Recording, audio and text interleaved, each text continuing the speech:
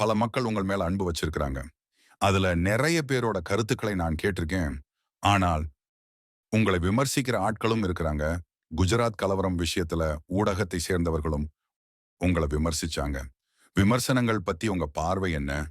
உங்க வாழ்க்கையிலயோ, உங்கள சுத்தியோ, இல்ல மீடியாலயோ வரக்கூடிய விமர்சனங்களை எப்படி எதிர்கொள்வீங்க? அதாவது நீங்கள் கூறியபடி விமர்சனத்தை நான் எப்படி எதிர்கொள்கிறேன்? ஒரே வாக்கியத்தில் கூற வேண்டுமென்றால் நான் அதை வரவேற்கிறேன். ஏனென்றால் நான் உறுதியாக நம்புகிறேன். விமர்சனம் இது ஜனநாயகத்தின் ஆன்மாவாகும். நீங்கள் மெய்யான ஜனநாயகவாதி என்றால், உங்கள் உதிரத்தில் ஜனநாயகம் இருந்தால், இப்போது எங்கள் நாட்டிலே சாஸ்திரங்களில் கூறப்பட்டிருக்கிறது, நிந்தக் நியரே ராக்கியே. விமர்சனம் செய்பவர்கள் உங்களுக்கு மிக நெருக்கத்தில் இருக்க வேண்டும். அப்போதுதான் ஜனநாயக வழிமுறைப்படி நல்லவிதமாக மக்கள் சேவையில் ஈடுபட முடியும். நான் நம்புகிறேன் விமர்சனம் கண்டிப்பாக இருக்க வேண்டும், மேலும் அதிகமாக இருக்க வேண்டும், கடுமையான விமர்சனம் இருக்க வேண்டும். ஆனால் என்னுடைய வருத்தம் என்னவென்று சொன்னால், இப்போதெல்லாம் விமர்சனம் செய்யப்படுவதே இல்லை. விமர்சனம் செய்ய வேண்டும் என்றால் ஆய்வு செய்ய வேண்டும், விஷயத்தை ஆழமாக அணுக வேண்டும், உண்மை பொய் எவை என்பதை தேடி கண்டுபிடிக்க வேண்டும். இப்போதெல்லாம் குறுக்கு வழியை தேடும் காரணத்தாலே எந்த ஒரு ஆய்வும் செய்வதில்லை, ஆராய்ச்சி செய்வதில்லை, பலவீனங்களை தேடி வெளிப்படுத்துவதில்லை. ஆனால் குற்றச்சாட்டுகளை அள்ளி வீசுகிறார்கள். குற்றச்சாட்டுகளுக்கும் விமர்சனங்களுக்கும் இடையே பெரிய வித்தியாசம் இருக்கிறது. நீங்கள் யாரை பற்றி பேசுகிறீர்களோ அவர்கள் வீசுவது குற்றச்சாட்டுகள், அது விமர்சனங்கள் இல்லை. ஜனநாயகம் பலப்படுத்துவதற்கு விமர்சனங்கள் தேவை.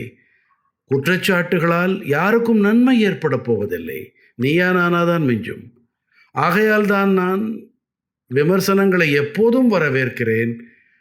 குற்றச்சாட்டுகள் பொய்த்த பிறகு நான் ஆனந்தமாக என்னுடைய தேசத்திற்கு முழு அர்ப்பணிப்போடு சேவையை ஆற்றுகிறேன். நீங்க பேசுனது எனக்கு ரொம்ப முக்கியமான ஒண்ணு. ஏன்னா, எனக்கு ஊடகத்துல ஆர்வம் அதிகம். ஆனால் துரதிர்ஷ்டவசமா இந்த காலத்துல பல ஜர்னலிஸ்டுகளுக்கு தேவைப்படுறது பரபரப்பான தலைப்பு செய்திகள் தான். குற்றச்சாட்டுகளை முன்வைப்பாங்க. ஊக்கத்தொகைக்காக அந்த மாதிரியான செய்திகளை வெளியிடுவாங்க. அவங்களுக்கு தலைப்புச் செய்தி வேணும். இது மலிவான செயல். சிறந்த பத்திரிகையாளர்களுக்கும் இங்க இடம் இருக்கு, தேவை இருக்குன்னு நான் நினைக்கிறேன். ஆழமான புரிதல் அதுக்கு தேவை. எனக்கு கஞ்சம் கஷ்டமா இருக்கு. அதுக்கு காரணம் நான் இதுல ரொம்ப சிறந்தவன் இல்லை. ஆனால் உங்ககிட்ட பேச நான் நினைச்சதுக்கு காரணம், நான் ரொம்பலாம் உழைக்கல, ஆராய்ச்சி பண்ணல, நான் எத்தனை புத்தகங்களை படிச்சிருக்கேன்னு தெரியல. இந்த அனுபவத்துக்காகவும் புரிதலுக்காகவும் நான் பல புத்தகங்களை படிச்சிருக்கேன். அதுக்கு நம்மளை தயார்படுத்திக்கணும், நிறைய வேலை பார்க்கணும். அது போன்ற பணிகளை ஊடகத்தினர் செய்யணும்னு நான் ஆசைப்படுறேன். அந்த இடத்துல இருந்து உங்களால விமர்சிக்க முடியும். அந்த இடத்துல இருந்து உங்களால பொறுப்புகள்ல இருக்கிற தலைவர்களோட நிலையை ஆராய்ஞ்சு புரிஞ்சுக்க முடியும். அவங்க பலம், அவங்க தவறுகள் எல்லாத்தையும். ஆனால் அதுக்கு நல்லா நம்மளை தயார்படுத்திக்கணும். ஊடகவியல்ல இதைதான் நான் எதிர்பார்க்கிறேன். நான் கூறுகிறேன், ஆய்வுகளை செய்த பிறகு குறிப்பிட்டு செய்யப்படும் நல்ல விமர்சனம் உள்ளபடியே கொள்கை திட்டம் தயாரித்தலிலே உதவிகரமாக இருக்கிறது. தெளிவான கொள்கைகள் இதன் வழி வெளிப்படுகின்றது. அதுவும் நான் குறிப்பாக இப்படிப்பட்ட விஷயங்கள் மீது கவனத்தை செலுத்துகிறேன். இப்படிப்பட்ட விமர்சனங்களை வரவேற்கிறேன் நான். நீங்கள் பத்திரிகை தலையங்கம் பற்றி சொன்னீர்கள். தலையங்கம் பற்றிய மோகமோ வார்த்தை விளையாட்டோ அதை நான் அதிக மோசமானதாக கருதவில்லை. உள்நோக்கத்தோடு செயல்படும் போது, மெய்யை பொய்யாக்கும் போது, அப்போது அது வரவிருக்கும் பல பத்தாண்டுகளுக்கும் அழிவை ஏற்படுத்துகிறது. ஒருவருக்கு நல்ல சொற்களின் மீது மோகம் ஏற்பட்டால், ஒருவர் தங்களுடைய வாசகர்கள் அல்லது பார்வையாளர்களுக்கு பிடித்திருந்தால் பரவாயில்லை, அந்த அளவுக்கு நாம் ஏற்றுக்கொள்ளலாம்.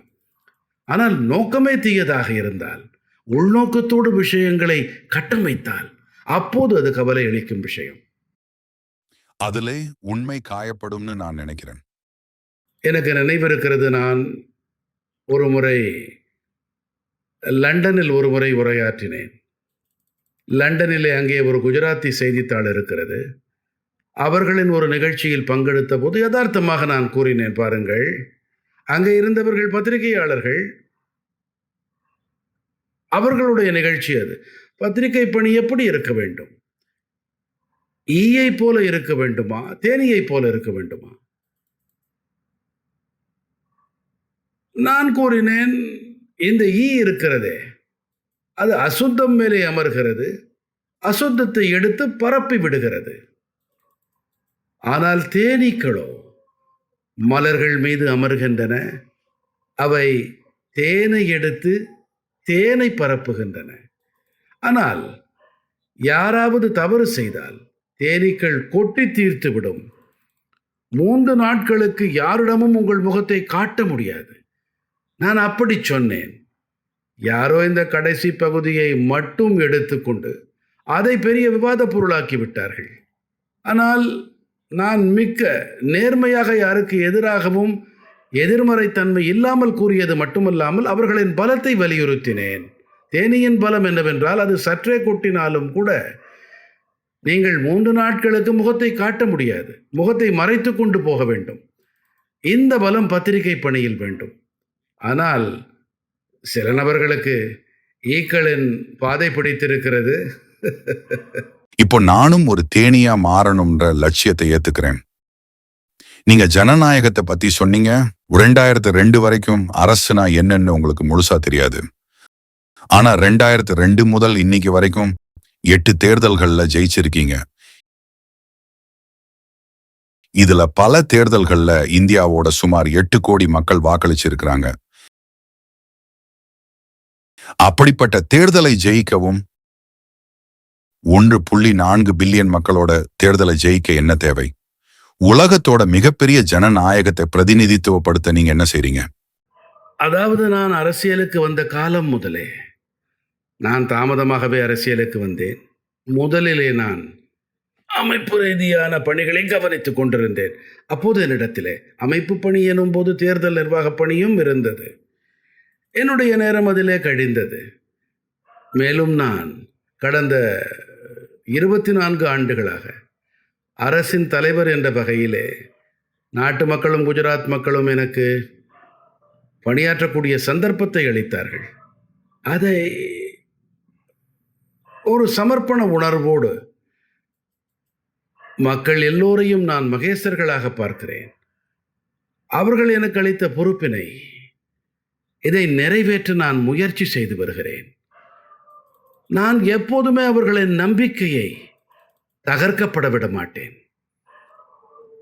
அவர்களும் நான் எப்படி இருக்கிறேன் என்பதை கவனிக்கிறார்கள். என் அரசாங்கத்தின் கொள்கைகளாக எவை இருக்கிறதோ அவை, நான் இப்போது கூறுவது போல, சேச்சுரேஷன் கொள்கை. எந்த திட்டமானாலும் சரி, அது 100% அமல் செய்யப்பட்டாக வேண்டும். அதில் இருக்கும் பயனாளிகளிடம் எந்த விதமான வேறுபாடும் பார்க்கக்கூடாது. சாதியோ மதமோ இனமோ மொழியோ பணமோ அரசியலோ இல்லாமல் அனைவருக்கும் எது உண்டானதோ அனைவருக்கும் அளிக்கப்பட வேண்டும். மேலும் இதன் காரணமாக ஒருவருடைய வேலை நடக்கவில்லை என்றாலும் தவறான காரணங்களால் தனக்கு நிறுத்தப்பட்டிருக்கிறது என்று அவருக்கு படாது. அவருக்கு என்னப்படும் என்றால், இன்று நடக்கவில்லை, நாளை நடந்துவிடும். அதனால் நம்பிக்கை பிறப்பெடுக்கிறது. மேலும் என் ஆளுகையின் மாதிரியிலே நம்பிக்கை மிகப்பெரிய சக்தியாகும். இரண்டாவதாக, நான் தேர்தலை மையப்படுத்தி ஆளுகையை செய்வதில்லை. நான் மக்களை மையப்படுத்தி ஆளுகையை செய்கிறேன். என்னுடைய தேசத்தின் மக்களுக்கு எப்படி நன்மை செய்ய முடியும்? என்னுடைய தேசத்திற்கு எது நன்மை பயக்கும்? நானோ ஆன்மீக பயணத்தை முன்னிட்டு வெளியேறினேன். அப்போது நான் தேசத்தையே தெய்வமாக பாவித்து விட்டேன். அதே போல மக்களையே மகேசர்களாகவும் வரித்து கொண்டேன். ஆக ஒரு பூஜகரைப் போலவே அனைத்து மக்களுக்கும் சேவையாற்றி வர வேண்டும். இதுவே எனது உணர்வாக இருக்கிறது. அடுத்து, நான் மக்களிடமிருந்து விலகி இருப்பதில்லை. அவர்களிடையே இருக்கிறேன். அவர்களைப் போலவே வாழ்கிறேன். நான் பொதுப்படையாகவே கூறுவதுண்டு, நீங்கள் 11 மணி நேரம் உழைத்தால் நான் 12 மணி நேரம். மக்கள் எதையும் கவனிக்கிறார்கள். நம்பிக்கை ஏற்படுகிறது. மேலும் எனக்கு என தனிப்பட்ட ஆசை கிடையாது. என் அக்கம் பக்கத்தில் எந்த உறவினரும் கிடையாது, தெரிந்தவர்கள் யாருமே கிடையாது. இதை சாமானிய மக்கள் விரும்புகிறார்கள். இப்படி மேலும் பல காரணங்கள் இருக்கலாம். இன்னொன்று, நான் சார்ந்திருக்கும் கட்சியிலே லட்சக்கணக்கான அர்ப்பணிப்புடைய தொண்டர்கள் இருக்கிறார்கள். பாரத அன்னைக்கு நலன் ஏற்பட வேண்டும் என்பது மட்டுமே, நாட்டவர்களுக்கு நல்லது நடக்க வேண்டும் என்று வாழ்பவர்கள். இவர்கள் அரசியலில் எதையுமே அடையவில்லை, பதவியை எட்டவில்லை, அதிகார இடங்களுக்கு அருகே கூட வந்தது கிடையாது. இப்படி லட்சக்கணக்கான தொண்டர்கள் இரவு பகலாக உழைக்கிறார்கள். உலகின் மிகப்பெரிய அரசியல் கட்சி எங்களுடையது. அந்த கட்சியின் உறுப்பினர் என்பதில் எனக்கு பெருமிதம். எங்கள் கட்சியின் வயதும் குறைவு இருந்தாலும் லட்சக்கணக்கான தொண்டர்களின் உழைப்பு, அவர்களை மக்கள் பார்க்கும்போது சுயநலம் இல்லாமல் இத்தனை உழைக்கிறார்களே, இதன் காரணமாக பாரதிய ஜனதா கட்சியின் பால் மக்களின் நம்பிக்கை அதிகரிக்கிறது. இதன் காரணமாக தேர்தல்களில் வெற்றி பெறுகிறோம். எத்தனை தேர்தல்களில் ஜெயித்தோம் என்று நான் எண்ணி பார்க்கவில்லை. ஆனால் மக்களின் ஆசைகள் தொடர்ந்து எங்களுக்கு கிடைத்து வந்திருக்கிறது. இத பத்தி நீங்க பேசுவீங்களான்னு நான் யோசிச்சுட்டு இருந்தேன். ஆனால் நிறைய ஆச்சரியமான கதைகள் இத பத்தி உருவாயிருக்கு. உதாரணத்துக்கு, எந்த வாக்காளரும் வாக்கு சாவடியிலிருந்து 2 கிலோமீட்டருக்கு மேல தள்ளி இருக்கக்கூடாது. இதனால தொலைதூர பகுதிகளுக்கும் நீங்க வாக்கு இயந்திரங்களை கொண்டு போறீங்க.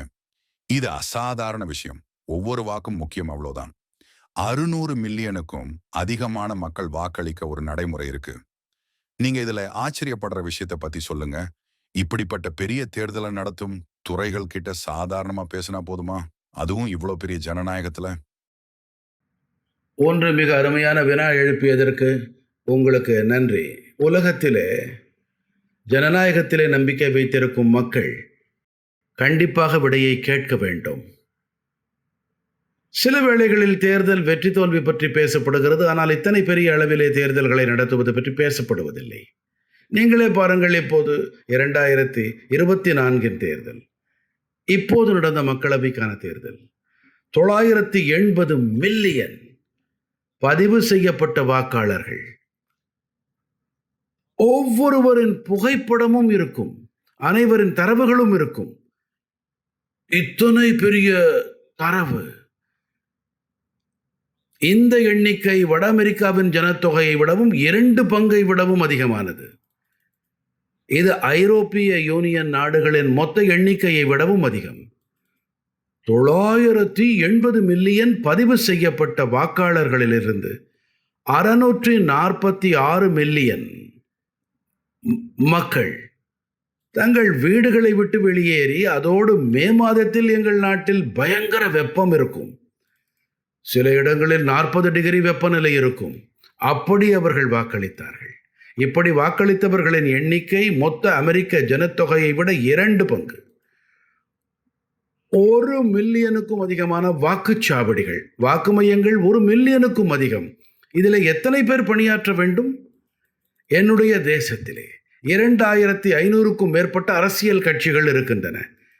இந்த புள்ளி விவரம் உலக மக்களுக்கு ஆச்சரியத்தை ஏற்படுத்தலாம். 2500க்கும் மேற்பட்ட பதிவு செய்யப்பட்ட அரசியல் கட்சிகள். என்னுடைய தேசத்திலே 900க்கும் மேற்பட்ட பதிவு செய்யப்பட்ட டிவி சேனல்கள் இருக்கின்றன. 5000த்திற்கும் மேற்பட்ட தினசரிகள் அன்றாடம் பிரசுரமாகின்றன. இவையெல்லாம் ஜனநாயகத்தோடு ஏதோ வகையில் தொடர்புடையவை. மேலும் எங்கள் நாட்டிலே மிகுந்த ஏழ்மையில் இருப்பவர் கிராமத்தவர்கள். அவர்கள் தொழில்நுட்பத்தை விரைவாக கைகொள்கிறார்கள். இவிஎம் இயந்திரத்தில் வாக்களிக்கிறார்கள். உலகத்தின் பல நாடுகளிலே தேர்தல்களின் முடிவுகள் மாதக்கணக்கில் வருவதில்லை, எங்களிடத்தில் ஒரே நாளில் வெளியாகி விடுகிறது. அத்தனை வாக்குகளும் எண்ணப்படுகின்றன. நீங்கள் சரியாக சொன்னீர்கள்.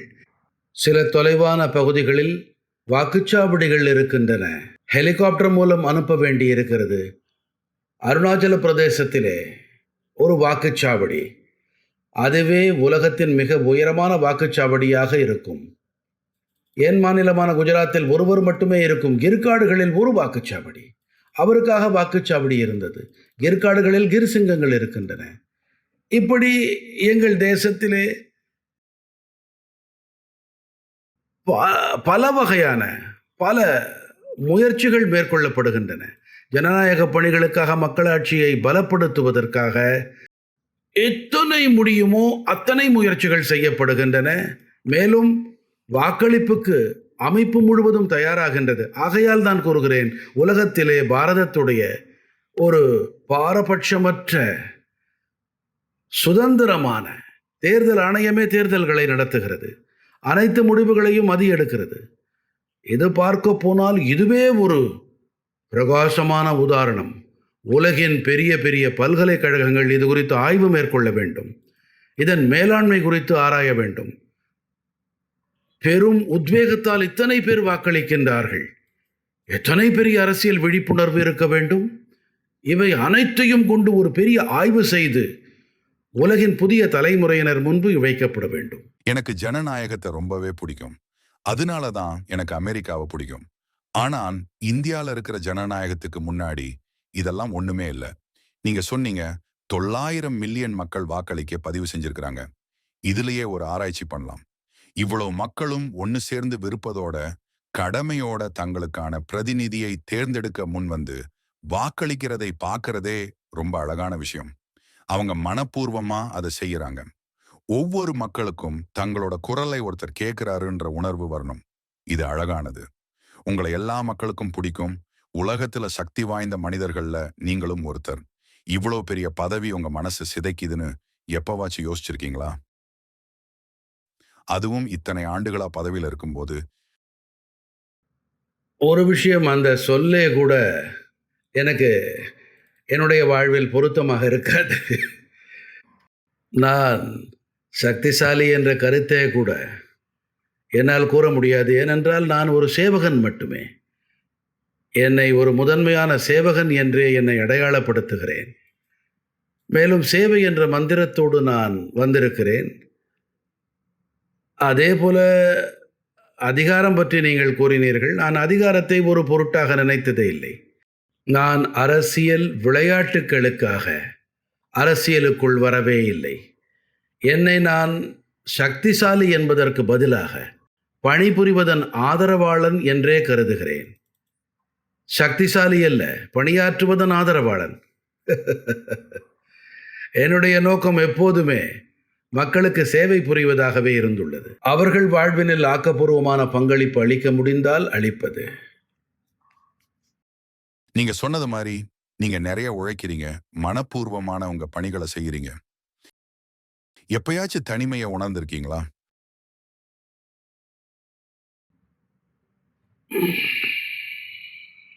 உண்மையில் நான் தனிமையை உணர்வதே இல்லை.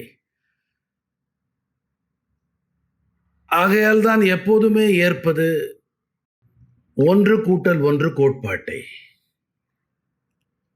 1+1 என் கோட்பாடு எனும்போது என் சாத்வீக குணம் எனக்கு ஆதரவளிக்கிறது. இந்த 1+1 யார் அந்த ஒன்று என்று சிலர் வினவலாம். அப்போது சொல்வேன், 1+1 முதல் ஒன்று மோதி அந்த கூட்டல் ஒன்று இறைவன் ஆவான். நான் தனியாக எப்போதுமே இருப்பதில்லை. அவன் எப்போதும் என்னுடனேயே இருக்கிறான். எப்போதும் இந்த உணர்வோடு இருக்கிறேன். நான் கூறியிருக்கிறேனே, நான் விவேகானந்தரின் சித்தாந்தத்தை வாழ்ந்திருக்கிறேன் என்று. அதிலே நரசேவையே நாராயணன் சேவை. என்னை பொறுத்தவரையில் தேசம்தான் தெய்வம், நரனே நாராயணன் ஆவான்.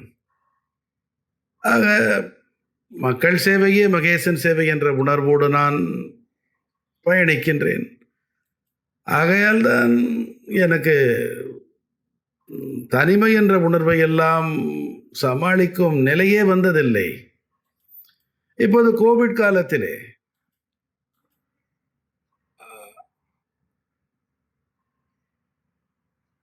அனைத்தும் தடைப்பட்டிருந்தது.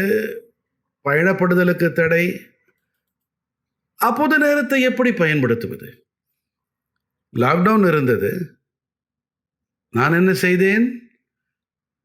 ஆளுகையை வீடியோ கான்ஃபரன்ஸ் வாயிலாக மாதிரியாக்கிவிட்டேன். அதோடு வீட்டில் இருந்தபடி வேலை பார்த்தல் மற்றும் கூட்டங்களை மெய்நிகராக்கினேன். என்னை நானே சுறுசுறுப்பாக வைத்துக் கொண்டேன். அடுத்ததாக நான் தீர்மானித்தேன், யாருடன் வாழ்க்கை முழுக்க பணியாற்றி வந்தேனோ, தேசம் முழுக்க எங்கள் தொண்டர்கள் இருக்கிறார்கள். அவர்களில் 70 கடந்தவர்கள். அவர்களை நினைவுபடுத்தி கோவிட் காலத்திலே சின்ன சின்ன தொண்டர்களையும் கூட சாதாரண சாதாரண குடும்ப பின்னணியைச் சேர்ந்தவர்களுக்கும் 70 தாண்டியவர்களை தொலைபேசியில் அழைத்தேன். அவர்களிடம் கோவிட் காலத்திலே உடல்நலம் எப்படி இருக்கிறது, குடும்பத்தாரின் உடல்நலம் சரியாக இருக்கிறதா, அவர்கள் அக்கம்பக்க பகுதிகளில் நிலை எப்படி இருக்கிறது, இந்த விஷயங்கள் அனைத்தையும் அவர்களோடு நான் பேசிவிடுவேன். நானும் ஒரு வகையில் அவர்களோடு இணைந்து கொள்கிறேன். பழைய நினைவுகள் பசுமையாக மலர்ந்தன. அவர்களுக்கும் தோன்றும், அட, எங்கே சென்றாலும் பெரிய பொறுப்பு இருந்தாலும் நோய் இருக்கும் வேளையில் என்னை அழைக்கிறாரே என்று. அன்றாடம் சராசரியாக 30-40 அழைப்புகளை செய்தேன் தினசரி. இப்படி கோவிட் காலம் முழுக்கச் செய்து வந்தேன். எனக்கும் கூட அந்த கால நபர்களோடு உரையாடும் ஆனந்தம் கிடைத்தது. ஆக இது தனிமையே இல்லை. என்னை சுறுசுறுப்பாக வைத்துக் கொள்ளும் முறைகளை தேடி தேடி இருக்கிறேன். எனக்கு நானே பேசிக்கொள்ளும் பயிற்சியும் இருக்கிறது. என் இமயமலை வாழ்க்கை எனக்கு மிக்க உதவியாக இருக்கின்றது. தனக்கு தெரிஞ்சதுலயே நீங்க தான் கடின உழைப்பாளின்னு பல பேர் சொல்ல நான் கேட்டிருக்கேன். அதுக்கு பின்னாடி இருக்கிற தத்துவம் என்ன? ஒவ்வொரு நாளும் பயங்கரமா வேலை பார்க்குறீங்க. எப்பயாச்சும் சோர்வாகி இருக்கிறீங்களா? இப்படி உழைக்க தேவையான பலம் எங்கிருந்து உங்களுக்கு கிடைக்குது? பாருங்கள், நான் நான் மட்டுமே பணியாற்றுகிறேன் என்பதை ஏற்கவில்லை. என் அருகே இருப்பவர்களை பார்க்கிறேன். இவர்கள் என்னை விட அதிகம் பணியாற்றுகிறார்கள் என்று எப்போதும் நினைப்பேன். நான் விவசாயிகளை பற்றி எண்ணும்போது அவர்கள் எத்தனை உழைக்கிறார்கள், வானத்தின் கீழே நின்று கொண்டு எத்தனை வியர்வை சிந்துகிறார்கள். நான் என்னுடைய தேசத்தின் படையினரை காணும்போது எண்ணமிடுகிறேன், எத்தனை மணிக்கணக்காக பணியிடங்களிலும் பாலைவனங்களிலும் நீரிலும் இரவு பகலாக அல்லவா பணியாற்றுகிறார்கள். நான் ஒரு தொழிலாளியை பார்க்கும்போது எத்தனை கடினமாக உழைக்கிறார்கள். அதாவது நான் எப்போதுமே நினைத்துக் கொள்வேன், ஒவ்வொரு குடும்பத்திலும் என் தாய்மார்கள் சகோதரிகள் எத்தனை உழைக்கிறார்கள் குடும்பத்தின் நலன்களுக்காக. காலை அனைவருக்கு முன்பாகவும் எழுந்திருந்து இரவில் அனைவருக்கு பிறகு உறங்குதல், குடும்பத்தின் ஒவ்வொருவரையும் கவனிப்பது, வீட்டுக்கு உறவுகள் வந்தால் சமாளிப்பது. இப்படி நான் எண்ணமிடும் போது, அட, இவர்கள் எத்தனை உழைக்கிறார்கள், நான் எப்படி உறங்க முடியும், நான் எப்படி ஓய்வெடுக்க முடியும்? மிக இயல்பான வகையிலே யதார்த்தமாக எனக்கு முன்னால் நான் காணும் விஷயங்களே எனக்கு கருத்தூக்கத்தை ஏற்படுத்துகின்றன. அடுத்ததாக என்னுடைய பொறுப்பு என்னை ஓட வைக்கிறது. எந்த பொறுப்பை நாட்டு மக்கள் என்னிடத்திலே கொடுத்திருக்கிறார்களோ எனக்கு எப்போதுமே தோன்றும், நான் பதவியிலே கும்மாளம் அடிக்க வரவில்லை. என் தரப்பிலே முழுக்க நான் முயற்சி செய்வேன். ஒருவேளை என்னால் 1-2 பணிகளை ஆற்ற முடியாமல் போகலாம். ஆனால் என் முயற்சியில் குறையேதும் இருக்காது, என் உழைப்பில் குறைவேதும் இருக்காது. மேலும் நான் 14 தேர்தலில் போட்டியிட்ட போது, அப்போது நான் முதலில் குஜராத்தில் நான் போட்டியிட்ட போதும் நான் மக்கள் முன்பாக வைத்தேன், இங்கேயும் அதை வைத்தேன். நான் நாட்டு மக்களுக்கு வாக்களிக்கிறேன் என்றேன். அதாவது நான் எந்த நிலையிலும் உழைப்பதிலே பின்தங்க மாட்டேன். அடுத்து நான் கூறியிருந்தேன், நான் தவறான நோக்கத்துடனே எந்த வேலையையும் செய்ய மாட்டேன்.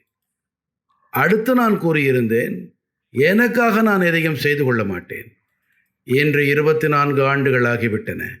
இத்தனை நீண்ட காலமாக நான் அரசாங்க தலைவர் என்ற முறையிலே மக்கள் எனக்கு பணியளித்திருக்கிறார்கள்.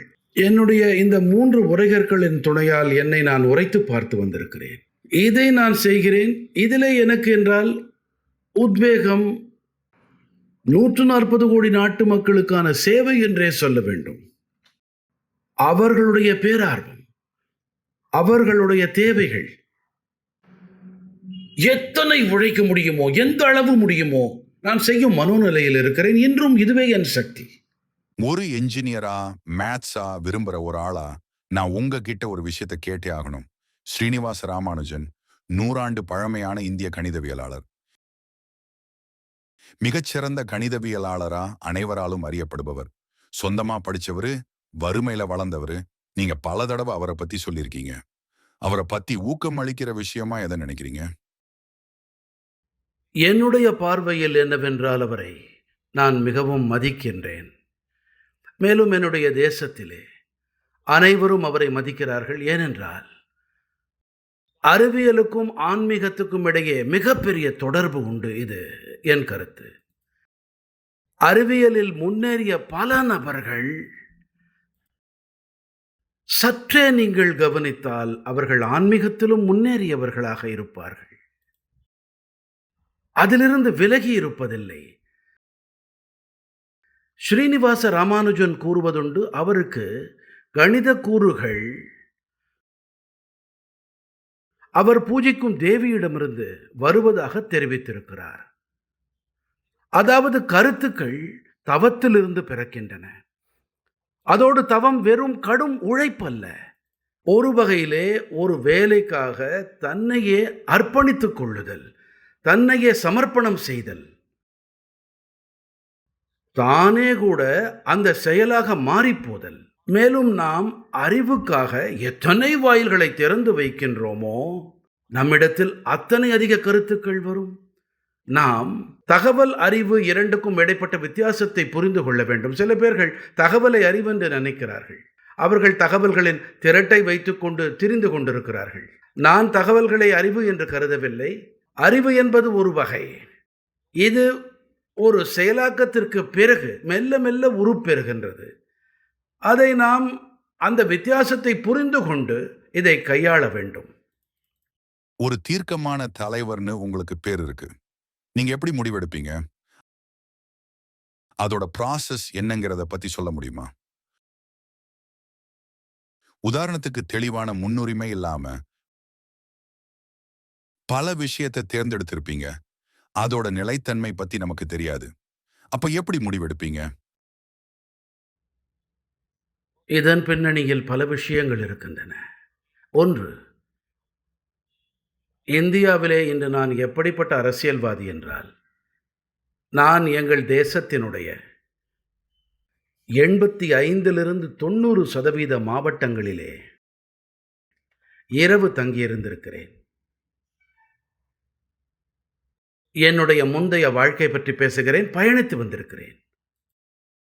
அதிலிருந்து நான் அடைந்தது, நான் கற்றுக்கொண்டது, அதனால் என்னிடம் ஒரு மிகப்பெரிய விஷயங்கள் பற்றிய நிலைமைகள் குறித்த கள அளவிலான தகவல்கள் இருக்கின்றன. யாரிடமிருந்தோ புத்தகங்களை படித்தோ இதை நான் பெறவில்லை. இரண்டாவதாக, ஆளுகை என்று பார்த்தால் என்னிடத்திலே எந்த விதமான கடந்த கால சுமையும் இல்லை. அந்த சுமையை தாங்கி நான் அழுந்தி இருக்க வேண்டும், அதன் அடிப்படையிலே நான் பயணிக்க வேண்டும், அது கிடையாது.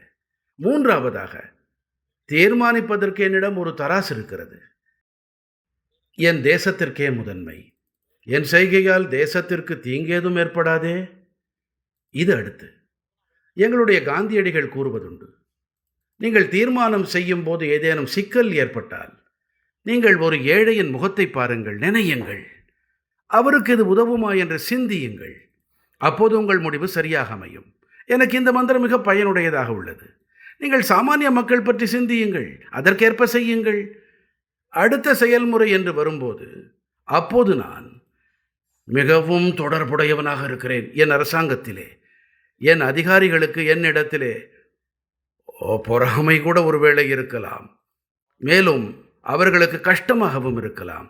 என்னவென்றால், என்னிடம் இருக்கும் தகவல் வழிகள் மிகவும் அதிகம். அவை நேரடியாகவும் உள்ளன. ஆகையால் விஷயங்கள் பற்றிய தகவல்கள் அதிக அளவிலே கிடைத்து விடுகின்றன. பல இடங்களிலிருந்து என்னிடம் யாராவது வந்து தெரிவித்தால், அது மட்டுமே தகவல் அல்ல, என்னிடம் வேறு ஆதாரங்களும் இருக்கின்றன. இது ஒரு பக்கம். அடுத்து என்னிடம் என்னிடம் கற்கும் உணர்வு உண்டு. ஒரு சமயம் தகவல் இல்லை என்னிடம் கூறுவார்கள். அப்போது மாணவனைப் போல கேட்கிறேன், இது எப்படி என்று எனக்கு சொல்லுங்களேன் என்பேன். அடுத்து என்ன, அடுத்து எப்படி என்று. சில சமயம் வேறு தகவல்கள் இருந்தால் நான் எதிர்வாதத்தை முன்வைத்து வேறு கோணத்தில் கேட்பேன். அதை மிகவும் நுணுகி அவர் ஆராய்ந்து பதிலளிக்க வேண்டியிருக்கும். அப்படி செய்வதால் அமுதம் வெளிப்படுகிறது. இதுவே என் முயற்சியாக இருக்கிறது.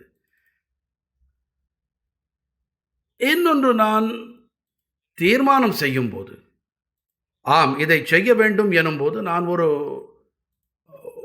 ஒத்த சிந்தனை உடையவர்களை அவர்களுடன் பகிர்ந்து கொண்டு எளிமையான சொற்களில் விளக்குகின்றேன். என் தீர்மானத்திற்கு ஆற்றும் எதிர்வினையை கவனிக்கிறேன். அதன் பிறகு எனக்கு உறுதிப்பட்டு விட்டால், ஆம், நான் சரியாகவே செய்கிறேன். இந்த ஒட்டுமொத்த செயல்பாட்டிற்கும் நிறைய நேரமெல்லாம் பிடிப்பதில்லை. என்னுடைய வேகம் அதிகம். நான் ஒரு உதாரணம் அளிக்கிறேன். கொரோனா காலத்திலே எப்படி தீர்மானம் செய்தோம்? என்னை நோபல் பரிசு பெற்றோர் சந்திக்கும் போது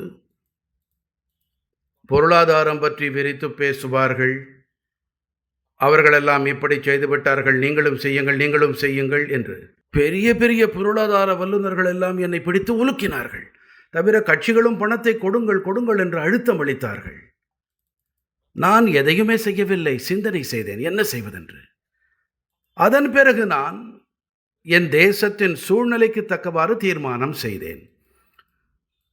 நான் ஏழையை பட்டினியோடு உறங்க விட மாட்டேன்.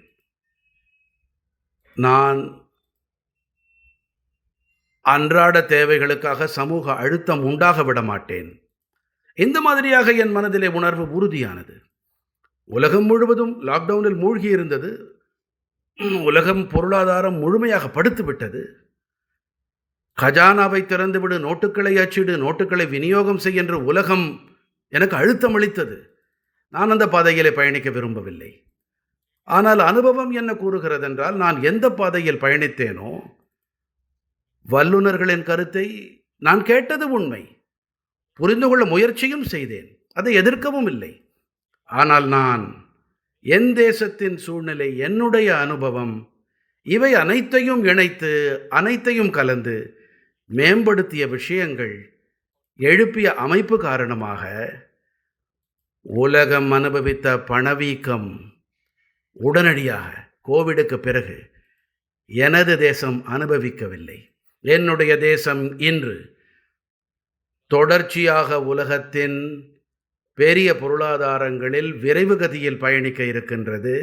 இதற்கான மூல காரணம், அந்த சங்கடமான வேளையிலே மிகுந்த பொறுமையோடு எந்த ஒரு உலக பொருளாதார கோட்பாட்டையும் அமல் செய்வதற்கு பதிலாக, செய்தித்தாள்களுக்கு பிடிக்குமா பிடிக்காதா, நல்ல விதமாக பிரசுரிப்பார்களா மாட்டார்களா, விமர்சனம் பற்றியெல்லாம் கவலை ஏதும் படாமல் நாங்கள் அடிப்படை கூறுகளின் மீது கவனம் செலுத்தி பணியாற்றி வந்தோம். மேலும் வெற்றியோடு முன்னேறவும் செய்தோம். இதனால் என் பொருளாதாரத்துக்கும் ஆதாயத்தோடு என்னுடைய முயற்சி என்னவென்றால், நான் இதன் அடிப்படையில் பயணிப்பேன். இன்னொன்று, ஆபத்தை எதிர்கொள்ளும் திறன் என்னிடம் நிறைய உண்டு. எனக்கு என்ன நஷ்டம் ஏற்படும் என்று நான் நினைப்பதில்லை. என் தேசத்திற்கு எது சரியோ, என் தேசத்தவருக்கு எது சரியோ, அதற்காக ஆபத்தை எதிர்கொள்ளவும் தயாராகிறேன். மேலும் ஒன்று, நான் பொறுப்பேற்கிறேன். ஒருவேளை தவறாக ஏதாவது நடந்துவிட்டால் பழியை மற்றவர் தலையில் சுமத்துவதில்லை. நானே அதற்கு பொறுப்பேற்கிறேன். ஆம், இதற்கு நானே பொறுப்பு. இப்போது நீங்கள் பொறுப்பேற்கிறீர்களோ, உங்களுடைய சகாக்களும் கூட அர்ப்பணிப்பு உணர்வோடு உங்களோடு இணைந்து கொள்கிறார்கள். இந்த மனிதன் நம்மை பொறுப்பாக்க மாட்டான் என்று நம்புகிறார்கள். நம்மை சிக்க வைக்க மாட்டான். இவர் நம்மோடு கூட இருப்பார். ஏனென்றால் நேர்மையாக நான் தீர்மானம் செய்கிறேன். எனக்காக எதையும் செய்யவில்லை. அப்படி இருந்தாலும் தவறுகள் ஏற்பட வாய்ப்பு இருக்கிறது. நான் நாட்டு மக்களிடம் முன்னையே கூறியிருக்கிறேன். நானும் மனிதனே, நானும் தவறும் செய்யலாம். தப்பான எண்ணத்தோடு செய்ய மாட்டேன். இந்த விஷயங்களை எல்லாம் அவர்கள் பார்க்கும்போது படுகிறது. மோடி 13 இதை சொன்னார். ஆம், இப்போது ஆகிவிட்டது. ஆனால் அவர் நோக்கம் தவறாக இருக்காது. அவர் நல்லதை செய்ய முயன்றிருக்கிறார், ஆனால் தவறி போனது. என்னை சமூகம் எப்படி பார்க்கிறதோ அப்படியே அது ஏற்றுக்கொள்ளுகிறது. சில வாரங்களுக்கு முன்னாடி பிரான்ஸ்ல நடந்த ஏஐ மாநாட்டுல ஏஐ பத்தி ரொம்ப ஆக்கப்பூர்வமா பேசியிருந்தீங்க. அதுல இந்தியாவோட ஏஐ என்ஜினியர்ஸ் பத்தின தகவல் மையத்தை பத்தி சொல்லியிருந்தீங்க. உலகத்திலேயே சிறந்த என்ஜினியர்ஸ் இருக்கிற மிகப்பெரிய மையமா அது இருக்குன்னு நான் நினைக்கிறேன். ஏஐ துறையில இந்தியா எப்படி சாதிக்கும்? இப்போ இந்தியா அமெரிக்காவுக்கு பின்னாடி இருக்கு. ஐ துறையில ஜெயிக்கவும் உலகத்தையே வழி நடத்தவும் இந்தியாவுக்கு என்ன தேவை? ஒரு விஷயம் சற்று அதிகமாகப்படலாம். ஒருவேளை சிலருக்கு அது கஷ்டமாகவும் படலாம். நீங்கள் கேட்ட பிறகு என் மனதில் எழுவதை விடையாக அளிக்க விரும்புகிறேன். நான் உலகம் ஏஐ விஷயத்தில் என்ன வேண்டுமானாலும் செய்யட்டும். பாரதம் இல்லாமல் ஏஐ நிறைவடையாது. மிக பொறுப்புணர்ந்து இதை கூறுகிறேன். அதாவது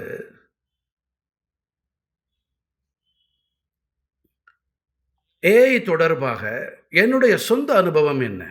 நீங்களே கூட என் பாரிஸ் உரையை கேட்டிருப்பீர்கள் என நம்புகிறேன். சற்றேறக்குறைய அதை ஒட்டியே இருக்கும். தனியாக யாராலாவது ஏஐயை மேம்படுத்த முடியுமா? உங்களுடைய சொந்த அனுபவம் என்ன? உங்களோட உரையிலேயே ஏஐயோட பாசிட்டிவ் விஷயங்களை பத்தி ஒரு உதாரணத்தை சொல்லியிருக்கிறீங்க. ஏஐ வரைமுறை பத்தி சொல்லியிருக்கீங்க. நீங்க கொடுத்த உதாரணம் என்னன்னா, லெஃப்ட் ஹேண்ட்ல எழுதுறவங்களோட ஒரு படத்தை உருவாக்கி கொடுக்க சொல்லி ஏஐ கிட்ட சொன்னா, அது எப்பவும் ரைட் ஹேண்ட்ல எழுதுறவங்க படத்தை தான் இடது கை. உருவாக்கும்.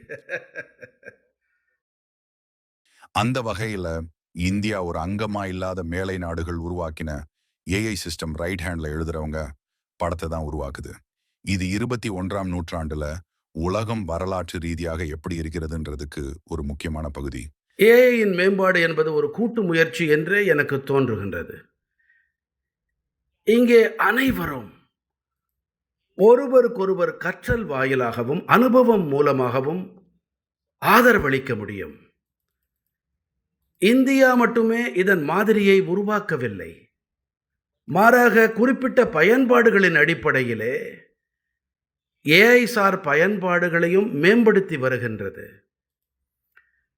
ஜிபியு அணுகலை சமுதாயத்தின் அனைத்து பிரிவுகளுக்கு இடையேயும் கொண்டு செல்ல எங்களிடம் தனித்தன்மை வாய்ந்த ஒரு சந்தையை அடிப்படையாக கொண்ட மாதிரி ஏற்கனவே இருக்கிறது. இந்தியாவில் ஏற்படும் சிந்தனா முறை மாற்றம்,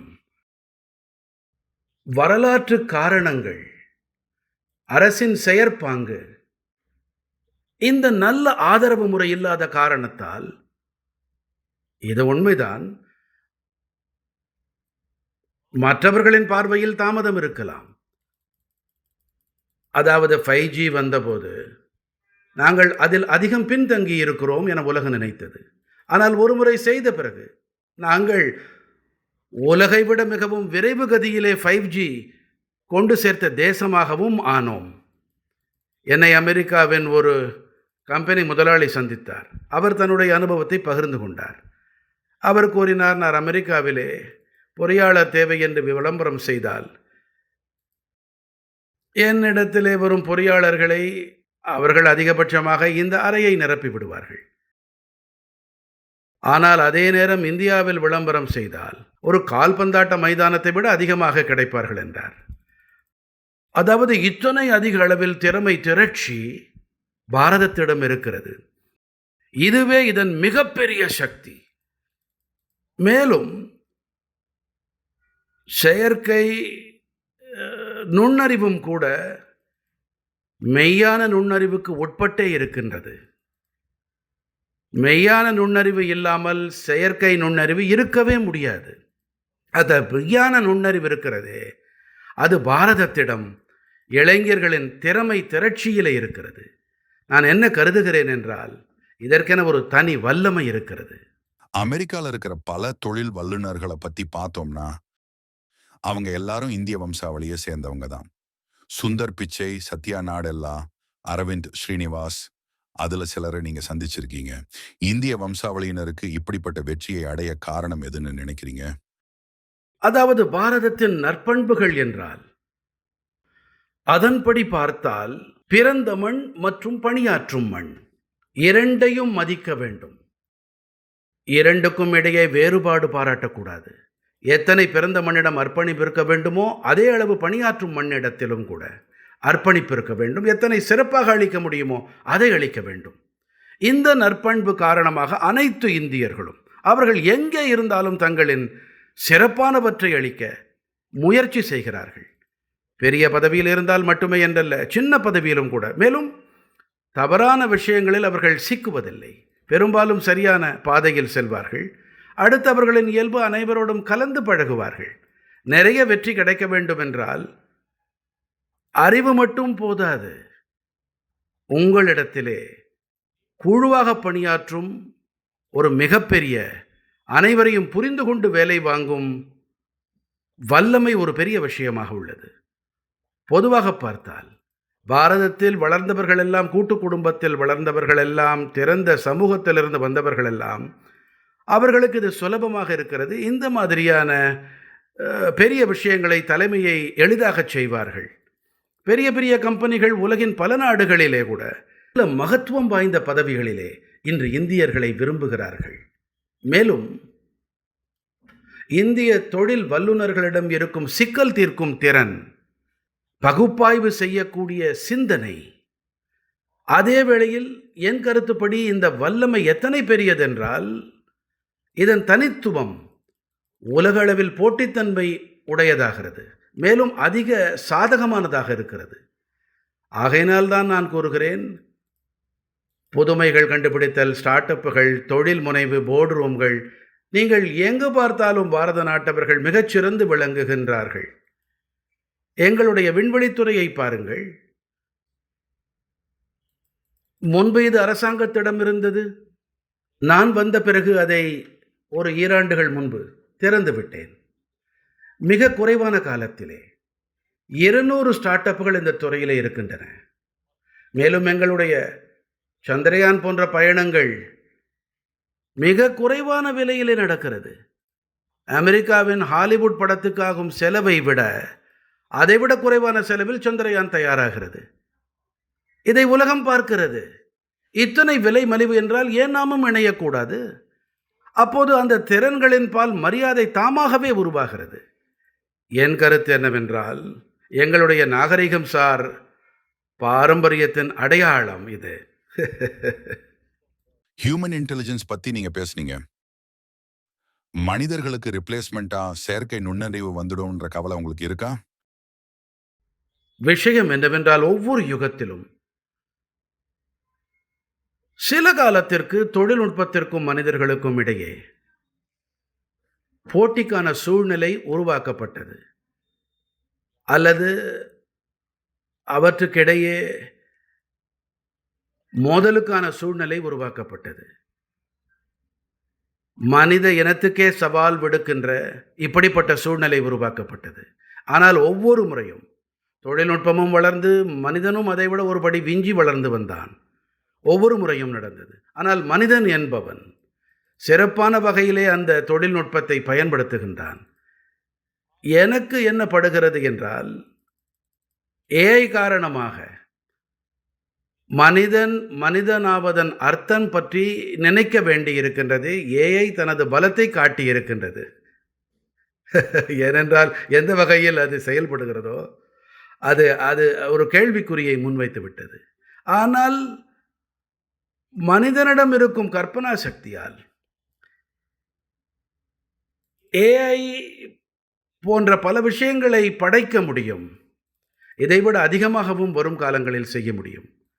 அந்த கற்பனா சக்தியை வருங்காலங்களில் யாரும் விஞ்சிவிட முடியும் என்று நான் கருதவில்லை. நான் அதை அக்செப்ட் பண்ணிக்கிறேன். மனிதர்களை சிறப்பானதா வச்சிருக்கிறது எதுன்னு நான் உட்பட பல பேர் ஆச்சரியப்பட்டிருக்கோம். ஏன்னா ஏகப்பட்ட விஷயத்துல மனிதன் தான் சிறப்பானவனா இருக்க முடியும். கற்பனை திறன், சிந்தனை திறன், கவனம், பயப்படுற குணம், அன்பு காட்டுறது, கனவு காண்றது, பல நிலைகளை தாண்டி தாண்டி விரிவா சிந்திக்குது, ரிஸ்க் எடுக்கிறது, இதெல்லாம் அக்கறை காட்டுதல் என்ற உள்ளார்ந்த திறன் இருக்கிறது. மனிதர்கள் ஒருவர் மீது ஒருவர் அக்கறை செலுத்துகிறார்கள். நீங்களே எனக்கு சொல்லுங்கள் ஐயா, இதை ஏஐயால் செய்ய முடியுமா? 21ஆம் நூற்றாண்டோட மிகப்பெரிய கேள்வியே இதுதான். ஒவ்வொரு வருஷமும் பரீட்சா பே சர்ச்சான்னு நீங்க ஒரு நிகழ்ச்சியை நடத்துறீங்க. இளம் மாணவர்களோட நீங்க நேரடியா கலந்துரையாடுறீங்க. தேர்வுகளுக்கு எப்படி தயாராகணும்னு சொல்றீங்க. நானும் அதை பார்த்தேன். எக்ஸாம்ல ஜெயிக்குது எப்படி, ஸ்ட்ரெஸ் எப்படி ஹேண்டில் பண்ணணும்லாம் மாணவர்களுக்கு அட்வைஸ் கொடுக்குறீங்க. இந்தியால படிக்கிற மாணவர்கள் கல்வியில அடுத்த கட்டத்துக்கு போக இவ்ளோ எக்ஸாம்ஸ், இவ்ளோ ஸ்ட்ரெஸ் ஏன் இருக்கு? பொதுவாக பார்த்தால் சமுதாயத்தில் ஒரு விசித்திரமான மனோநிலை உருவாகிவிட்டது. பள்ளிகளிடமும் வெற்றிக்காக எத்தனை குழந்தைகள் எந்த தரவரிசையில் வந்திருக்கிறார்கள் என்ற எண்ணம் இருக்கிறது. குடும்பத்திலும் கூட தாய் தந்தையர் என்னுடைய குழந்தை இந்த ரேங்கை எடுக்க வேண்டும் என்று நினைக்கின்றார்கள். என்னுடைய குடும்பம் கல்வி நிலையில் சமூகத்தில் நல்ல இடத்தில் இருக்கின்றது. இப்படிப்பட்ட எண்ணப்பாடு காரணமாக குழந்தைகளின் வாழ்க்கையில் அழுத்தம் அதிகமாகிவிட்டது. குழந்தைகளுக்கும் தோன்ற ஆரம்பித்து விட்டது வாழ்க்கையில் இந்த 10ஆம் 12ஆம் வகுப்பு தேர்வுகள் தான் அனைத்தும் என்று. அதில் மாற்றம் ஏற்படுத்துவதற்காக புதிய கல்வித் திட்டத்தில் கணிசமான மாறுதல்களை ஏற்படுத்தியிருக்கிறோம். ஆனால் கள அளவில் அவை செயல்படத் தொடங்கும் வரை தேவை. இன்னொரு நினைப்பும் இருக்கிறது. அவர்கள் வாழ்க்கையில் கஷ்டங்கள் இருந்தால் அவர்களோடு பேசி அதை புரிந்து கொள்ள வேண்டும் என்பது என் கடமை என்று உணர்கிறேன். ஒரு வகையில் நான் தேர்வுகளை எதிர்கொள்கிறோமை செய்யும்போது எனக்கு அந்த குழந்தைகளை புரிந்து கொள்ள முடிகிறது. அவர்களின் பெற்றோரின் மனநிலையை புரிந்து கொள்ள முடிகின்றது.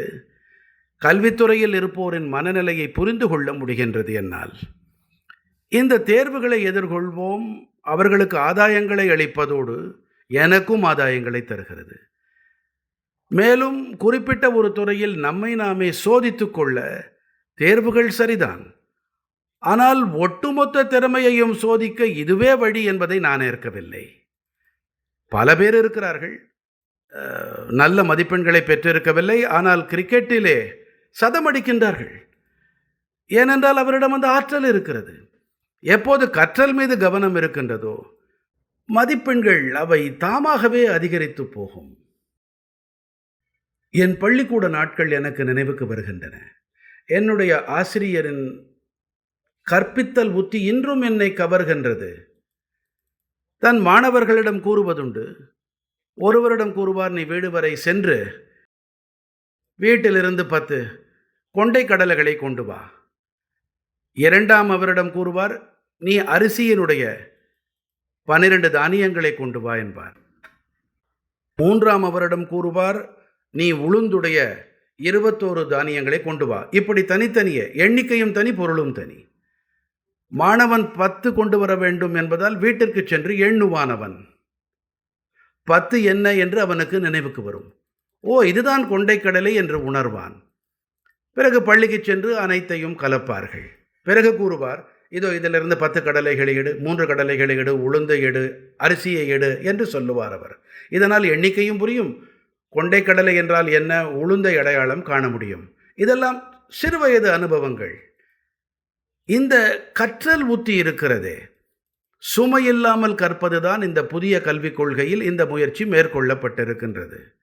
நான் பள்ளியில் படித்தபோது ஒரு ஆசிரியர் இருந்தார். அவரிடம் நூதனமான எண்ணம் இருக்கும். அவர் வகுப்புக்கு வந்தவுடனே கூறுவார், இங்கே நான் என் டைரியை வைக்கிறேன். காலை யார் சீக்கிரம் வருகின்றார்களோ அவர் டைரியிலே ஒரு வரியை எழுத வேண்டும். அவரவர் தங்கள் பெயரையும் எழுத வேண்டும். அடுத்ததாக யார் வந்தாலும் அவர் இதற்கேற்பவே 2வது வரியை எழுத வேண்டியிருக்கும். ஆனால் நான் மிக சீக்கிரமாகவே பள்ளிக்கு ஓடோடி சென்று விடுவேன். ஏன்? முதல் வரியை நான் எழுத வேண்டும். நான் எழுதினேன், இன்றைய நாள் சூரிய உதயம் மிகவும் அருமையாக இருந்தது, சூரியோதயம் மிகுந்த சக்தியை அளித்தது என்று ஒரு வரியை எழுதினேன். பெயரையும் எழுதினேன். எனக்கு பிறகு யார் வந்தாலும் அவர்கள் சூரிய உதயம் பற்றியே எதையாவது எழுத வேண்டியிருக்கும். சில நாட்களுக்கு பிறகு உணர்ந்தேன், இதனால் என்னுடைய படைப்புத்திறனுக்கு இதனால் அதிக பயன் இருக்காது. ஏன்? ஏனென்றால் நான் ஒரு சிந்தனா முறையை முன்னெடுத்து வருகிறேன், அதை கொண்டு போய் எழுதி வைக்கிறேன்.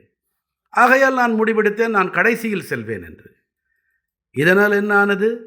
மற்றவர்கள் எழுதியதை நான் படிக்க நேர்ந்தது. அதன் பிறகு சிறப்பான வகையிலே எழுத முயற்சி செய்தேன். இதனால் என்னுடைய படைப்பு திறன் அதிகரிக்கத் தொடங்கியது. சில சமயம் ஆசிரியர்கள் இப்படி சின்ன சின்ன முயற்சிகளை மேற்கொள்கிறார்கள். இவை உங்களுடைய வாழ்க்கையினிலே மிகவும் பயன் தருவதாக இருக்கிறது. இந்த என்னுடைய அனுபவம். நான் ஒரு வகையினிலே பார்க்க போனால் அமைப்பு வேலைகளை பார்த்து வந்தேன். இதன் காரணமாக என்னுடைய மனிதவள மேம்பாடு என்பது என் பணியின் ஒரு பகுதியாக இருந்தது.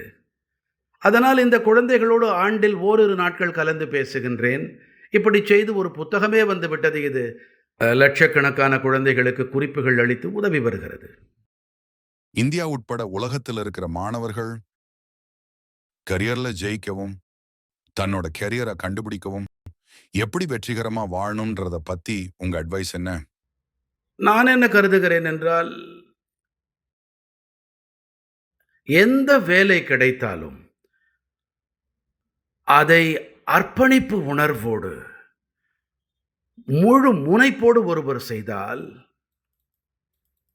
அப்போது கண்டிப்பாக இன்றில்லாவிட்டாலும் நாளை அதில் வல்லமை வந்து விடுவதோடு, அதில் அவருடைய திறமை அவருக்கு வெற்றி கதவுகளை திறந்து விடுகிறது. மேலும் மனிதர்கள் வேலையாற்றும் போதே தங்கள் திறமைகளை வளர்ப்பதில் கவனம் செலுத்த வேண்டும். தங்களுடைய கற்றல் திறனை எப்போதுமே குறைவாக மதிப்பீடு செய்யக்கூடாது. கற்றல் திறனுக்கு தொடர்ச்சியாக மகத்துவம் அளிக்கும் போது அனைத்திலும் கற்றல் உண்டாகும். சிலரால் தங்கள் வேலையை பார்த்து கொண்டே அடுத்தவரின் வேலையிலும் கவனம் செலுத்த முடியும். அவர்களின் திறமை இரட்டிப்பு மும்மடங்காகி விடுகிறது. இளைஞர்களுக்கு சொல்ல வேண்டும் என்று சொன்னால், ஏமாற்றம் அடைய தேவையே இல்லை. உலகிலே ஏதாவது ஒரு வேலை உங்களுக்காக இறைவன் கண்டிப்பாக அமைத்திருக்கின்றான். கவலையே படாதீர்கள். நீங்கள் உங்கள் திறமைகளை பெருக்குங்கள். அப்போது பொருத்தமாவீர்கள். நான் டாக்டராக நினைத்தேன், ஆனால் ஆசிரியராகிவிட்டேன், என் வாழ்க்கை நாசமாகி போய்விட்டது. அப்படி நினைத்தால் சரி வராது. டாக்டராகவில்லை, பரவாயில்லை. ஆசிரியரானதால் 100 டாக்டர்களை உருவாக்கலாமே. நீங்களோ ஒரு டாக்டராகி சிகிச்சை அளிப்பீர்கள். ஆனால் ஆசிரியர் என்ற முறையில் டாக்டராக நினைக்கும் மாணவர்களின் கனவுகளை மெய்யாக்குங்களேன். இதனால் அவர்கள் லட்சக்கணக்கான நோயாளிகளுக்கு சிகிச்சை செய்ய முடியும் இல்லையா? இதனால் விஷயங்களை அணுகும் புதிய கண்ணோட்டம் கிடைக்கிறது. நான் டாக்டராக முடியவில்லை என்று முன்னர் அழுது கொண்டிருந்தேன். நான் ஆசிரியரானதற்கு துக்கம் இருந்தது. ஆனால் ஆசிரியராகி டாக்டராகவும் ஆக முடியுமே. ஆக நாம் வாழ்க்கையின் பெரிய விஷயங்களோடு இணைந்தோம் என்றால் அப்போது ஒரு உத்வேகம் பிறக்கிறது. நான் எப்போதுமே கருதுகிறேன், பகவான் அனைவருக்கும் ஏதோ ஒரு வல்லமையை அளித்திருக்கிறார். நம்முடைய வல்லமை மீதான நம்பிக்கையை என்றும் நாம் இழந்துவிடக்கூடாது. நம்முடைய திறமைகள் மீது தொடர்ந்து நம்பிக்கை கொள்ள வேண்டும். மேலும் என்ன நம்பிக்கை வேண்டுமென்றால், சந்தர்ப்பம் வாய்க்கும்போது நான் செய்து காட்டுவேன் என்று. கண்டிப்பாக செய்வேன், நான் வெற்றி அடைவேன், அவர் சாதித்தும் விடுவார்.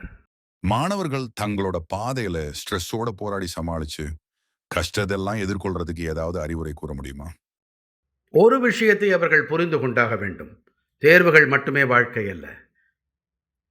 குடும்பத்தினருக்கு தெரிய வேண்டும், தங்கள் குழந்தைகள் சமுதாயத்தினிலே ஒரு வகையான காட்சி பொருள்கள் அல்ல. இதோ பாருங்கள் மாதிரிகள், எத்தனை மார்க் வாங்கியிருக்கிறான் பார் என் குழந்தை என்று. தாய் தந்தையர் தங்கள் குழந்தைகளை மாதிரிகளைப் போல பயன்படுத்துவதை விட்டொழிக்க வேண்டும். அடுத்ததாக எனக்கு என்ன படுகிறது என்றால், நாம் நம்மை தயார் நிலையில் வைத்திருக்க வேண்டும். அப்போதுதான் தேர்வுகளின் போது எந்த ஒரு அழுத்தமும் இன்றி தேர்வு எழுத முடியும். அவருக்கு நம்பிக்கை இருக்க வேண்டும். அவருக்கு முழுமையாக தெரிந்திருக்க வேண்டும். சில வேளைகளில் நான் கூறுவதுண்டு, போய்கொண்டிருக்கும் அப்போதே செய்வதுண்டு. படபடப்போடு பேப்பரை வாங்கிய பிறகு திறந்து பார்த்தால் அப்போது பேனா எழுதாது. அவர் ஏமாற்றம் அடைந்து விடுவார். சில சமயம் மனதில் தோன்றும், இவர் இருக்கிறார், இது நன்றாக இல்லை என்று. மேஜை ஆடும்போது அவருக்கு உளைச்சலை ஏற்படுத்தும். தன் மீது நம்பிக்கையே இல்லை. யாருக்கு தன்னம்பிக்கை இல்லையோ அவர் புதிய புதிய குறைகளை தேடிக்கொண்டே இருப்பார். ஆனால் யாருக்கு தன்னம்பிக்கை இருக்கிறதோ, முழுமையாக உழைத்திருக்கிறாரோ, வெறும் 2 நிமிடங்களே ஆகும். சற்று ஆழமாக சுவாசியுங்கள். நிதானமாக உங்கள் மனதை ஒருநிலைப்படுத்துங்கள். நிதானமாக படித்து வினாக்களுக்கான நேரத்தை ஒதுக்குங்கள். என்னிடத்தில் இத்தனை நேரம் இருக்கிறது, ஒவ்வொரு வினாவிற்கும் இத்தனை நேரம் ஒதுக்குவேன். நான் நம்புகிறேன், யார் வினாத்தாளை எதிர்கொள்ள நன்கு பழகி இருக்கிறார்களோ அந்த குழந்தைகள் எந்த சிக்கலும் இல்லாமல் இந்த விஷயங்களை நன்றாக கடந்து போவார்கள். எப்பவும் படிப்புல கவனமா இருக்கணும்னு நீங்க சொன்னீங்க. கல்வி பத்தி உங்க அணுகுமுறை என்ன? சிறப்பா படிக்கிறதுக்கு உங்க அட்வைஸ் என்ன? சின்ன வயசுல மட்டும் இல்ல, வாழ்க்கை முழுக்க. நான் முன்பே கூட கூறியிருந்தேன். உதாரணமாக என் வாழ்க்கையிலே முன்பெல்லாம் படிக்க சந்தர்ப்பம் கிடைத்தது, பிறகு படிக்க முடியவில்லை.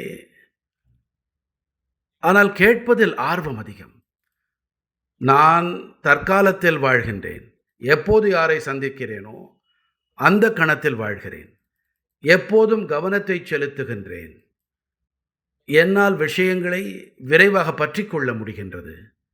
இப்போது நான் உங்களோடு இருக்கிறேன் என்றால் உங்களுடனேயே இருக்கிறேன். நான் வேறிடத்தில் இல்லை. மொபைல் இல்லை, டெலிஃபோன் இல்லை, மெசேஜ் ஏதும் இல்லை, அமர்ந்திருக்கின்றேன். என்னால் அனைத்து விஷயங்களிலும் கவனம் செலுத்த முடிகிறது. ஆகையால் எப்போதுமே கூறுவேன், இந்த பழக்கத்தை பழகிக் கொள்ள வேண்டும். உங்களுடைய கற்றல் திறன் தொடர்ந்து அதிகரிக்கும். அதோடு இன்னொன்று, வெறும் அறிவு மட்டும் பலனளிக்காது. நீங்கள் தொடர்ந்து பழக்கத்தில் கொண்டு வர வேண்டும். நீங்கள் நல்ல டிரைவர் ஆக வேண்டும் என்றால் சுயசரிதைகளை மட்டும் படிக்க முடியாது. வண்டியில் அமர்ந்தாக வேண்டும், ஸ்டியரிங்கை பிடித்தாக வேண்டும் இல்லையா? கற்க வேண்டும், ஆபத்தை எதிர்கொள்ள பழக வேண்டும். விபத்து ஏற்பட்டால் என்ன செய்ய, இறந்தால் என்னவாகும்?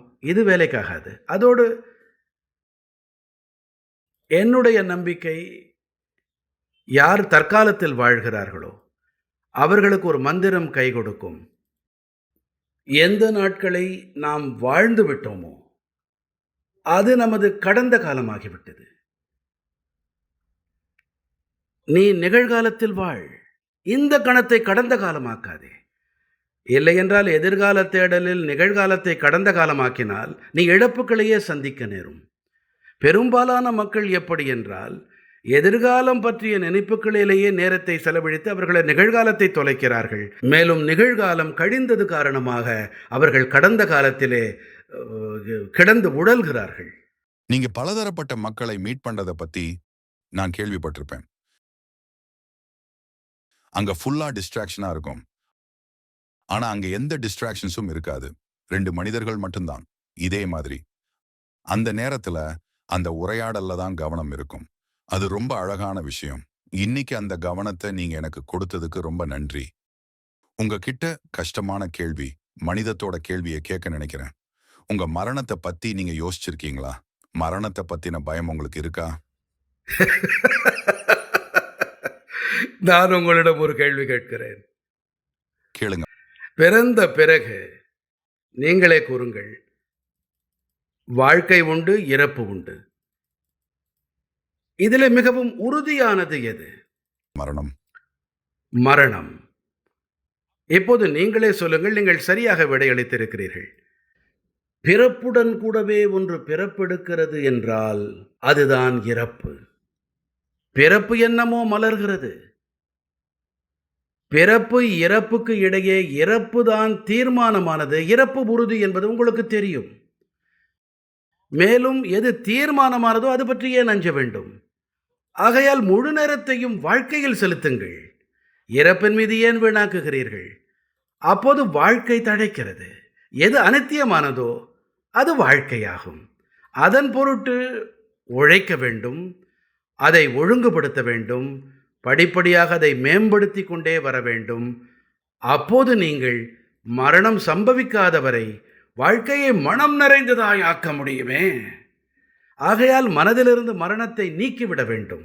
அது நிச்சயமானது, எழுதப்பட்டிருக்கிறது, வரப்போகிறது. எப்போது வரும் என்று காத்திருப்பதை விட வரும்போது வரட்டுமே. அதற்கு நேரம் கிடைக்கும் போது வரட்டும்.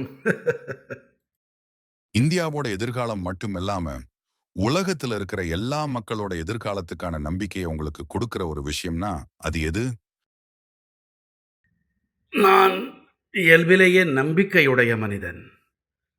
நான் ஏமாற்றம், எதிர்மறை எண்ணம், இது என்னுடைய மென்பொருளிலேயே இல்லாத ஒரு சிப். ஆகையால் அந்த நோக்கில் என்னுடைய கவனம் செல்வதே இல்லை.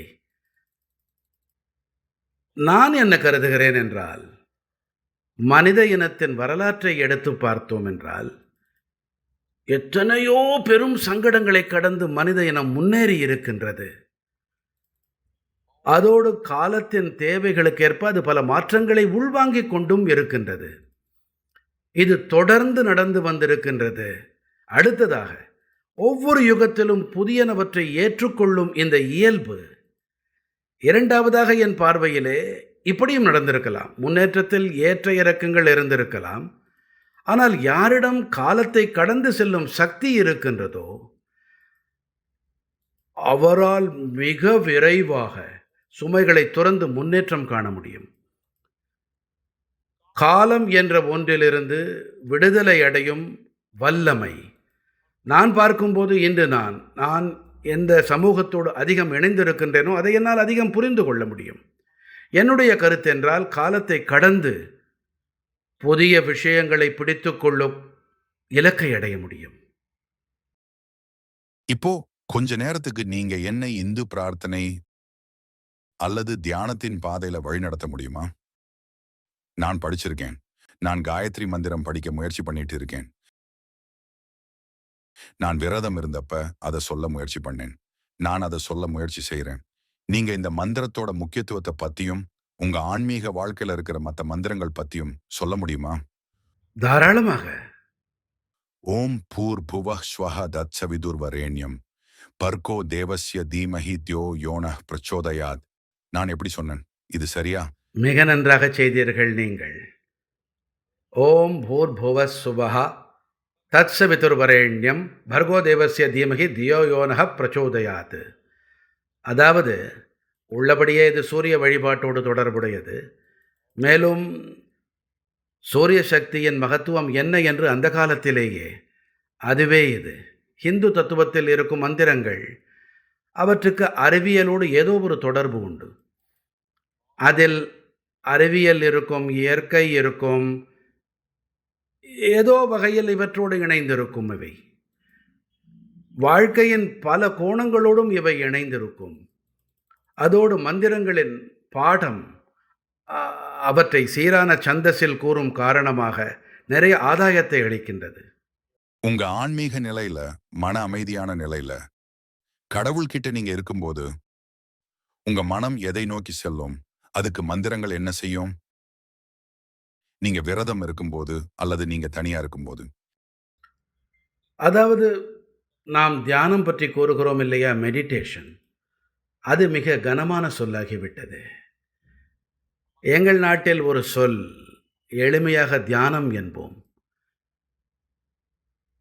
இப்போது ஒருவரிடம் கூறுகிறேன், தியானத்திற்கு பதிலாக மெடிடேஷன் என்றால் அது பெரிய விஷயம் என்று மலைப்பார்கள். இதை எங்களால் செய்ய முடியாது. எப்படி எங்களால் செய்ய முடியும்? எங்களிடம் ஆன்மீக பயிற்சி இல்லையே. பிறகு அவர்களுக்கு புரியச் செய்கிறேன், உங்களுக்கு ஆர்வமே இல்லாமல் இருப்பது பழக்கம்தானே. அதிலிருந்து விடுதலை அடையுங்கள். எப்படி என்றால், நீங்கள் வகுப்பில் அமர்ந்திருக்கின்றீர்கள். அப்போது நீங்கள் நினைப்பதெல்லாம் விளையாட்டுக்கான பீரியட் எப்போது வரும் என்று, மைதானத்திற்கு எப்போது செல்லலாம் என்றால் உங்கள் கவனம் இல்லை. அதை இங்கே பொருத்தினால் அதுதான் மெடிடேஷன். எனக்கு நினைவிருக்கிறது, நான் இமயமலை வாழ்க்கை, ஒரு துறவியை நான் சந்தித்தேன். அவர் எனக்கு நல்லதொரு உத்தியை கற்பித்தார். உத்தி தான் அது, ஆன்மீக செயல்முறை அல்ல, உத்தி தான் அது. இமயமலையில் சின்ன சின்ன நீரோட்டங்கள் இருக்கும். அவர் எனக்கு இந்த காய்ந்த கல் இருக்கிறதே, அதன் ஒரு துண்டு இருக்கும், நீரோட்டத்துக்கு உள்ளே இப்படி பொருத்தி விட்டார். அடியிலே ஒரு ஒரு பாத்திரத்தை, அதை கவிழ்த்து வைத்தார். அதிலிருந்து நீர் சொட்டு சொட்டாக விழுந்தது. அவர் கற்பித்தார், நீ ஒன்றும் செய்யாதே, வெறுமனே இந்த ஒலியை மட்டும் கேள், வேறு ஒலிகளை கேட்கக்கூடாது. எத்தனை பறவைகளின் ஒலிகளோ, காற்றின் ஒலியோ எதுவுமே கேட்கக்கூடாது உனக்கு. நீ இந்த நீரின் சொட்டு ஒலியை கேள். அதை அவரே பொருத்திவிட்டு சென்றார். நான் அமர்ந்திருந்தேன்.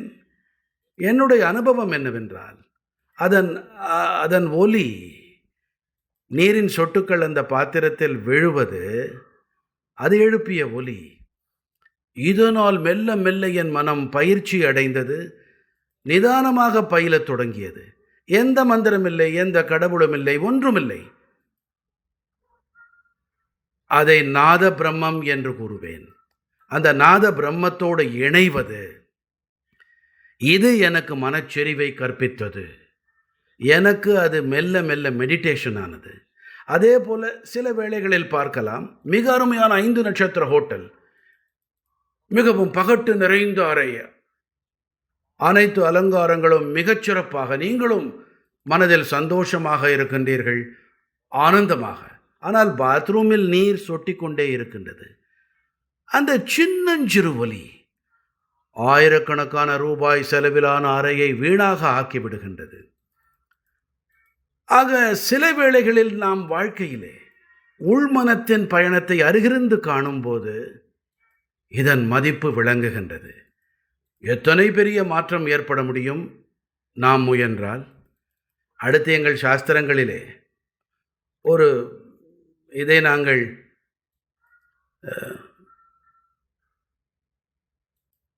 பிறப்பு இறப்பு பற்றி நீங்கள் பேசினீர்கள் இல்லையா? எங்கள் தேசத்தில் ஒரு மந்திரம் உண்டு. ஓம் பூர்ணமதம் பூர்ணமிதம் பூர்ணாத் பூர்ணமுதச்சதே. அதாவது வாழ்க்கை அனைத்தையும் ஒரு வட்டத்திற்கு உள்ளே வைக்கப்பட்டிருக்கிறது. அன அனைத்தும் முழுமையே. முழுமையை அடையும் விஷயம் இது. இதைப் போலவே எங்கள் தேசத்திலே நலன்கள் பற்றி எப்படி பேசுகிறோம்? நம்முடையவை அல்ல. சர்வே பவந்து சுகினஹ, சர்வே சந்து நிராமயாः. அதாவது அ அனைவருக்கும் நலன், அனைவருக்கும் சுகம் ஏற்படட்டும். சர்வே பத்ராணி பஷ்யந்து மா கஷ்சித் துக் பாக் பவேத். இப்போது இந்த மந்திரங்களிலும் கூட மக்களின் சுகம் பற்றிய விஷயம், மக்களின் உடல்நலம் பற்றிய விஷயம். அதன் பிறகு என்ன செய்ய? ஓம் சாந்திஹி சாந்திஹி சாந்திஹி. எங்களுடைய அனைத்து மந்திரங்களுக்கு பிறகும் இது வரும். Peace peace peace. அதாவது பாரதத்தில் மேம்பட்டிருக்கும் இந்த சடங்குகள், இவை ஆயிரக்கணக்கான ஆண்டுகள் சாதனையின் விளைவாக வந்தவை. ஆனால் அவை வாழ்க்கை தத்துவத்தோடு ஒன்றி இருக்கின்றன. விஞ்ஞானம் ஒரு வகையில் இணைந்திருக்கின்றது. சாந்தி சாந்தி சாந்தி.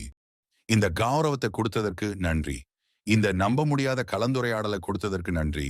இந்தியால என்ன வரவேற்றதற்கு நன்றி. நாளைக்கு என் விரதத்தை முடிச்சு இந்திய உணவுகளை சாப்பிட காத்துட்டு இருக்கேன். மிக்க நன்றி பிரதமரே, இது எனக்கு கிடைச்ச கௌரவம். எனக்கு மிக உவப்பாக இருந்தது. உங்களோடு உரையாடக்கூடிய வாய்ப்பு கிடைத்தது. 2 தினங்களாக உபவாசம் இருந்த பிறகு ஒரேடியாக உண்ணத் தொடங்காதீர்கள். ஒரு தினம் திரவாகாரங்களை எடுத்துக்கொள்ளுங்கள் முறையாக. இதனால் ஆதாயம் கிடைக்கும். எனக்குமே கூட இந்த உரையாடலில் இதன் பல விஷயங்களை நான் முதன்முறையாக தொட்டிருக்கிறேன். நான் இந்த விஷயங்களை மிகவும் என்னிடத்திலேயே வைத்திருந்தேன். இன்று சிலவற்றை வெளிப்படுத்துவதில் வெற்றி பெற்றிருக்கிறீர்கள். ஒருவேளை உங்கள் பார்வையாளர்களுக்கு இது பிடிக்கலாம். எனக்கு பிடித்தது. என் தரப்பில் உங்களுக்கு பல பல நல்வாழ்த்துக்கள். நன்றி.